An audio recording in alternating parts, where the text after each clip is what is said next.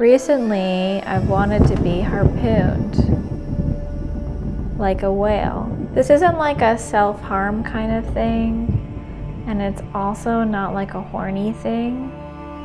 It's more like a hero thing. Lately, I've had to make a lot of decisions that make me feel like this, or like the destroyer of worlds.